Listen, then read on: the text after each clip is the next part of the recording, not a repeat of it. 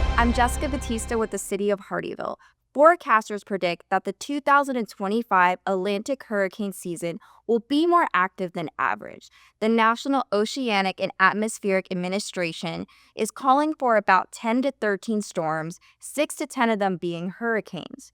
Storms that happen in the Gulf or Atlantic could affect our area. The best way to prepare is starting to prepare in advance. R1 Singleton sat with Chief Joey Rao to discuss storms, evacuation routes, and generally how to prepare. Thanks, Jess. Well, I think being prepared really is the key. Hurricane season is here and actually runs to the end of November. We want to make sure that you are prepared and at home and with your business as well. So I'm joined by Fire Chief Joey Rao, who serves as our Public Information Officer in emergency situations. Thanks for being here. Thank you, Juan. And, now with streaming and social media, all that type of stuff, people can pull this up and watch this whenever they want to at any time. So with that said, let's just start at the beginning and basically kind of give you a timeline. For instance, just say it's a nice sunny day outside, but we are already in the designated hurricane season, which actually started in June. So what should we be doing now? Well, right now we should be doing all of our hurricane prep. Here in the last few weeks, we've noticed a lot of warm temperatures out. So essentially what it's doing is warming up the ocean waters. And right now, as those things come together, as these storms start formulating either in the Gulf or either the coast of Africa, whenever they get closer to us, these things can speed up rapidly. And we're no stranger to inclement weather here in the low country. It seems like every day we get a little bit of a thunderstorm or a downpour or something that kind of transpires, but we need to be prepared. And what I mean by that is we need to make sure we have all of our comfort features. We need to make sure we have all our medications, we have some auxiliary power, we have some things that can help us, food, drinking water, etc. We need to go through that list, and on that list, the top of those things is where to go if we are threatened by a hurricane. And then the next few things are, what are we going to eat if it's a non-evacuation circumstance, if we're here? As well as, do we have our medications? Do we have ways to communicate? Do we have things for lighting sources if we lose power? There's just a whole host of things that we need to be ready for. And you basically start this right at the beginning of, I guess, hurricane season. Right. So hurricane season starts at June 1st. It runs to November, but here, because of, again, we have the inclement weather, we have those low country pop-up showers, we can apply those same methods day in and day out because we're no stranger to power outages or some shallow flooding and things. So we need to start prepping before hurricane season. And then when hurricane season gets here, we need to make sure that plan is implemented and ready to go at a moment's notice, because hurricanes, even though they are pre-planned to a certain point because we have a timeline of when they're coming, it can really outpace us if we're not ready. So I'm glad you said that. So let's move on a little bit more on that timeline. Say now there's a named storm out there. I think they start naming them when they become tropical depressions or tropical storms. I'm not sure, but they give them a name at some point in time.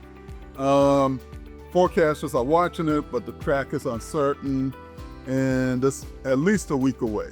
Now what should we be doing? So now, if we are looking at that, they're going to come out with all these spaghetti models, and with technology advancements in the last few years, they can actually narrow that cone of uncertainty. Again, uncertainty is in the name, so there is the possibility that it's not going to be spot on, but there's a good roundabout area that they think will be impacted. If we are located in there, we need to see if kind of the timeline of when it's coming in. Do we have an evacuation plan, or does the family have an evacuation plan. It depends on what is going on, because we want to make sure we advocate at the city level that people are safe. And if the governor says evacuate, let's get out of town, because that's the safest place to be. So evacuation plan would be number one.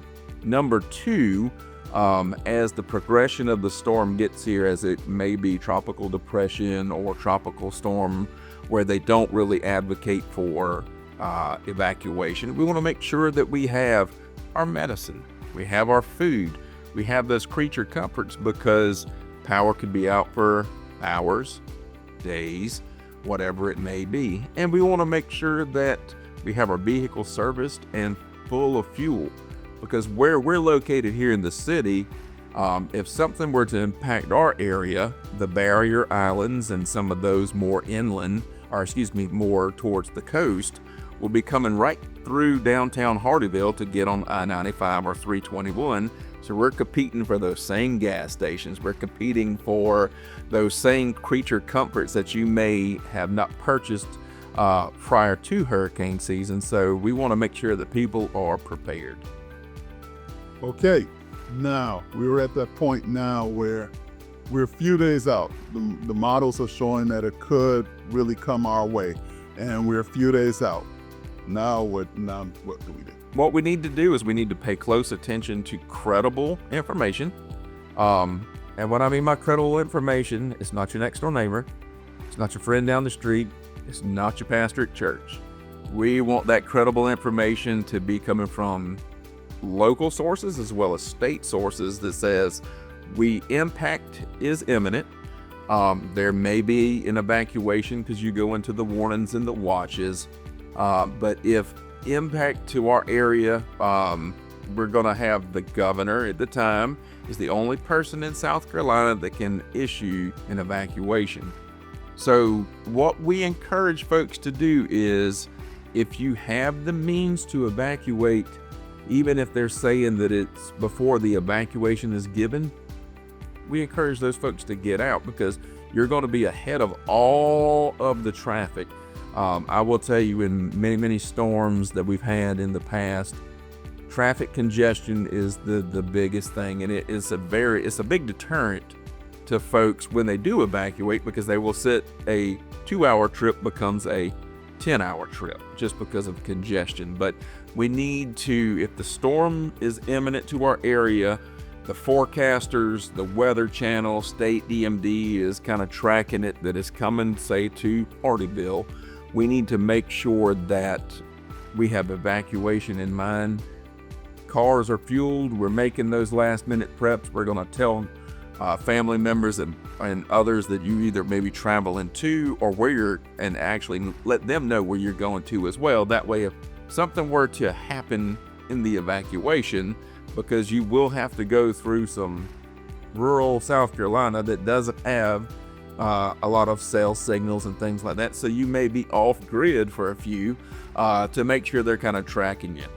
Another big thing is an old school map, because if you don't have that old school map, you may not have the cell signal to tell you where you go. And so bringing a little nostalgia back with the atlases and maps, but that's another good thing to keep handy in your vehicle. I'm gonna be able to say GPS take me. Correct. Okay. One of the things I know, and look, I love social media. Everybody loves social media, but social media is the good, the bad, and the ugly. Because we're on social media. We're giving out stuff. The state has their social media pages as well, but Joe Blow has his social media too. So what we do here with the city is we have as what is known as a JIC, J-I-C, a Joint Information Center. And that is through our Municipal Emergency Operations Center and the Jasper County Emergency Operations Center, which reports back to the State Emergency Operations Center. So we have that flow of information that comes down. Credible sources of information would be the city social media outlets, as well as our TV channel and our website, as well as the county emergency management, county fire department, county sheriff's office. They're putting out exact information that comes out that everything is unified. We're putting out that same message, as well as state EMD. Now, you do have social media influencers that they're trying to get those likes. They're trying to get those views. Are they putting out things consistent like we do? Maybe, but I can't say that they are.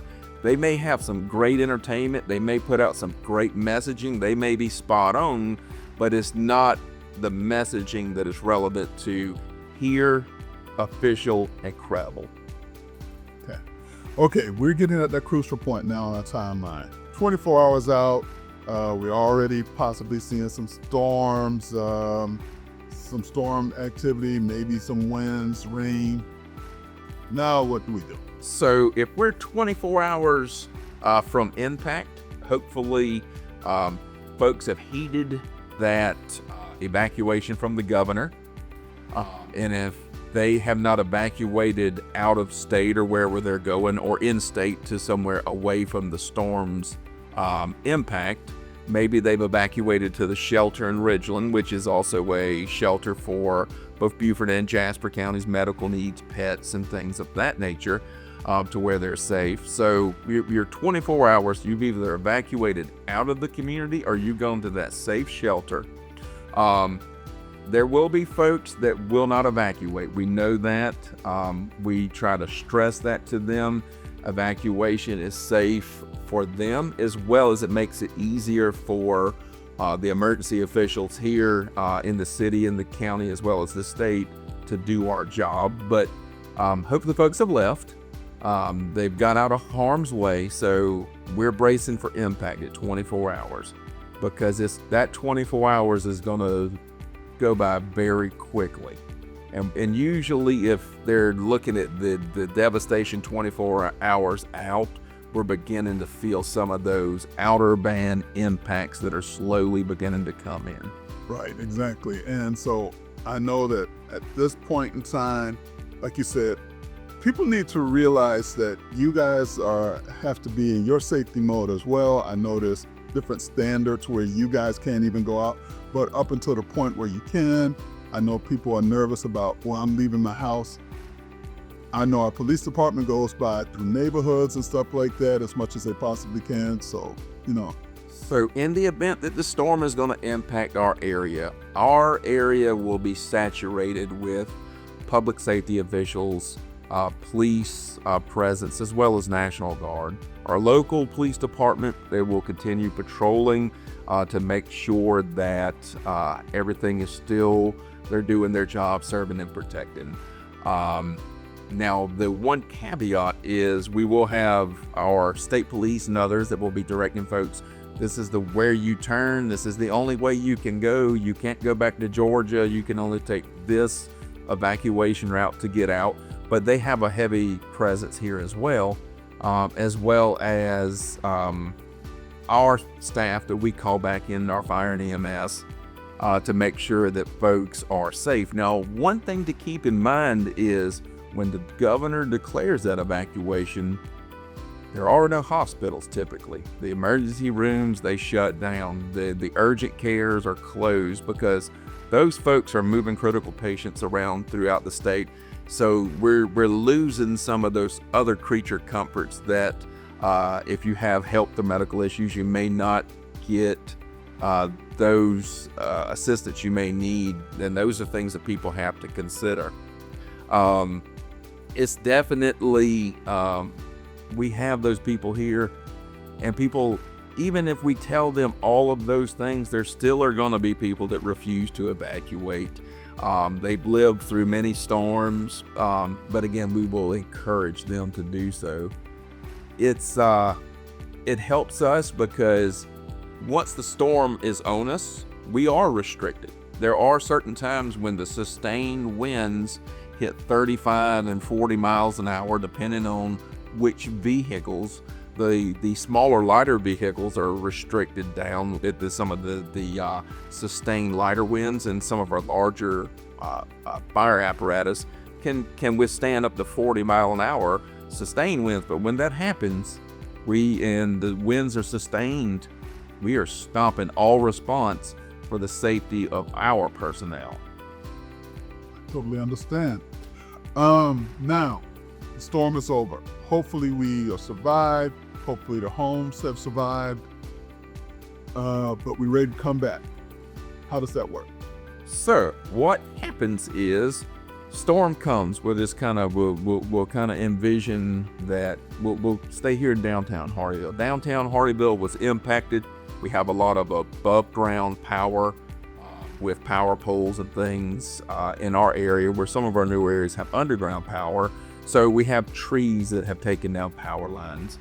So you have your emergency crews that will begin to go out to begin clearing. Our public works works in concert with our fire and EMS department to make sure we start clearing roads around where we can navigate, and it's just enough to get emergency vehicles through. We have our power providers and stuff. They're going to be coming through, and they're going to be doing things to assess what is going on, as well as we will have a limited staff of our building department here that's doing what is known as a rapid assessment to kind of see the damage in our area. So we have a lot of things that could be going on. Downtown Hardeeville and certain areas around, they're prone to shallow flooding, so there could be roads that are impassable.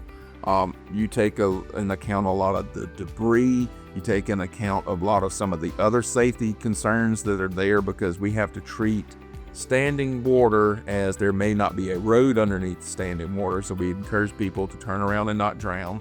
Power lines on the ground, they're hot at all times. We convey that to even our emergency workers until the power company says these are safe. We still call those hot. So after a storm has passed, there's many, and it's impacted us. There's many hazards that are still out there.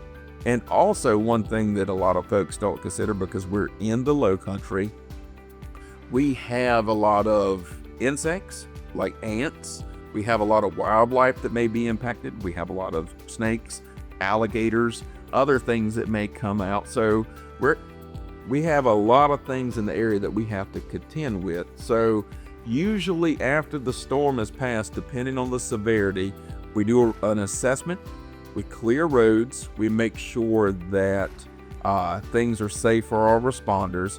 Then we begin to kind of look around at structures and making sure that there will be people out, obviously, because not everybody leaves.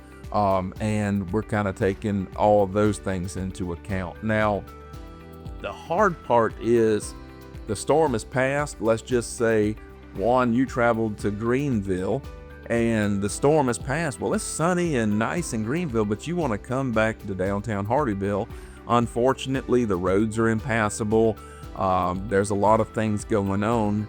And the big thing is, until the state and the county declares that you can come back into Jasper County, you're going to be stopped at a certain point until re-entry is allowed.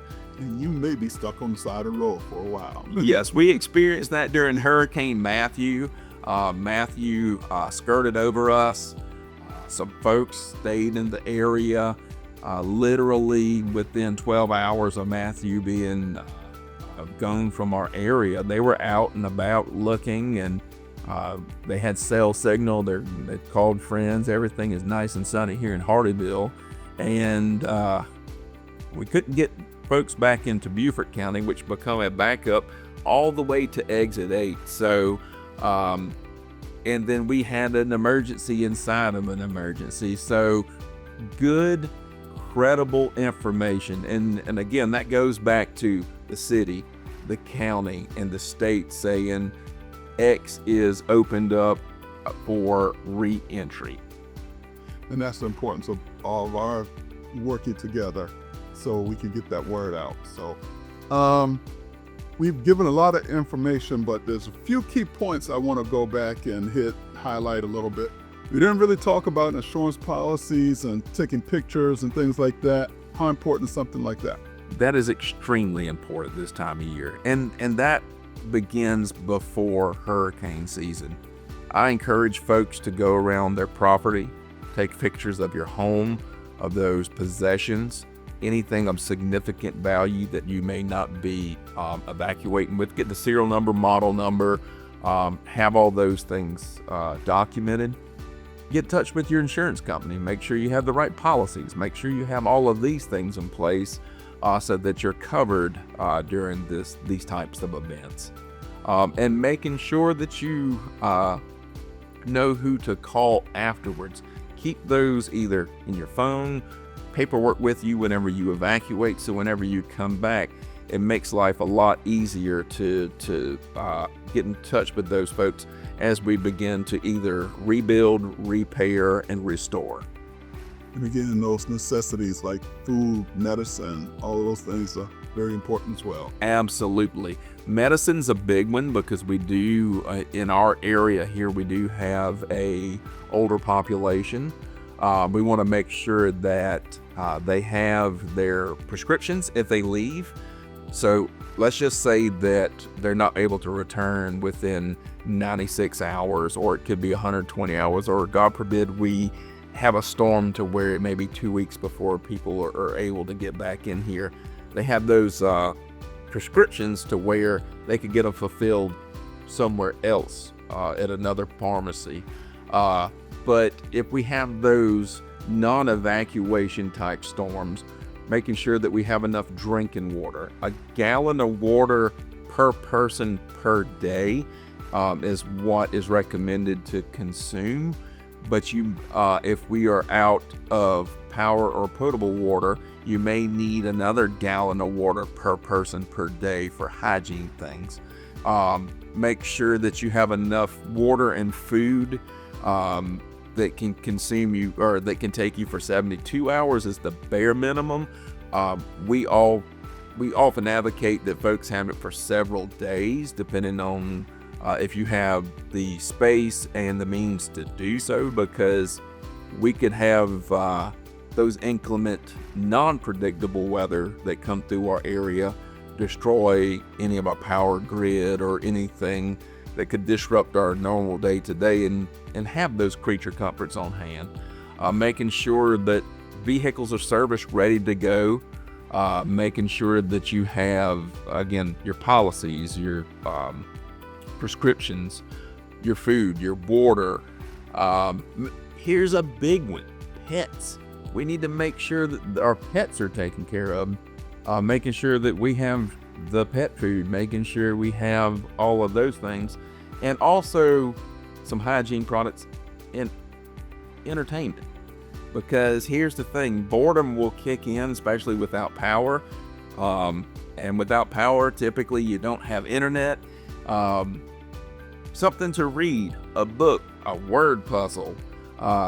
And if you do lose power, we encourage folks to use some of the new LED technology with like lanterns or flashlights. We don't advocate for candles. If you have a generator, use it safely. Don't fire up your generator in your garage. We don't want those fumes to overtake us. Make sure that it's away. So it's a multifaceted thing that we have here when it comes to these. We're not immune to it here. We've been blessed with safety for many, many years in our area and had some brushings. But we have been impacted, and we have tested our public safety's abilities, and so far we've done very well with it. I don't want to wrap this up, but I know one of the main things that you talked about is the correct place to get information, because a lot of information will be floating around. The correct place to get information, and we haven't even touched on Nixle. So Nixle is a great resource. I encourage folks to use it throughout the year, not even just for hurricane season, traffic, weather, whatever it may be. The city will push out, as well as the county will push out Nixle alerts to let you know what is impacting our area. Nixle during the hurricanes, Nixle during inclement weather, Nixle during traffic congestion is an amazing tool. Sometimes it's an underutilized tool because a lot of folks don't know how to use it or don't know how to get it. I think you can explain it very well how to get that, Nick. Yeah, it's a couple of ways. We're actually going to put it up on the screen. It's 888-777. You can text to that. and it will send you the information. We also actually have a QR code that will send you to it as well. So really easy to sign up for it. And actually you can just look up, everybody loves Google. You can just go to Google and look it up as well. I think we touched on everything. Is there anything else that you want to? Well, I think we've covered most of it. Again, I think the two most important things is credible information and have a plan in place. And you can start planning way before hurricane season. This year we actually had to contend with a snow season, but those same I hurricane, believe you saying that in Hardyville, but you are absolutely right. those same type of preparations apply to that as well. So we don't see that often, but people were able to use the hurricane plans to assist them with the snow plans. But making sure that we have a plan, making sure that we utilize credible information, and when the governor says to evacuate, please evacuate. It makes our lives much easier. Thank you, Chief Rao. Now, we do have all of this information on our website and social media. And if you are old school like I am and would like to get a printed copy of this, we have those as well. We have the pamphlets out at several locations around town and right here at City Hall. If you wanted to stop by and get a pamphlet, you're more than welcome to do so. Thanks so much for joining me. Thanks so much for joining us. And remember to prepare and stay safe.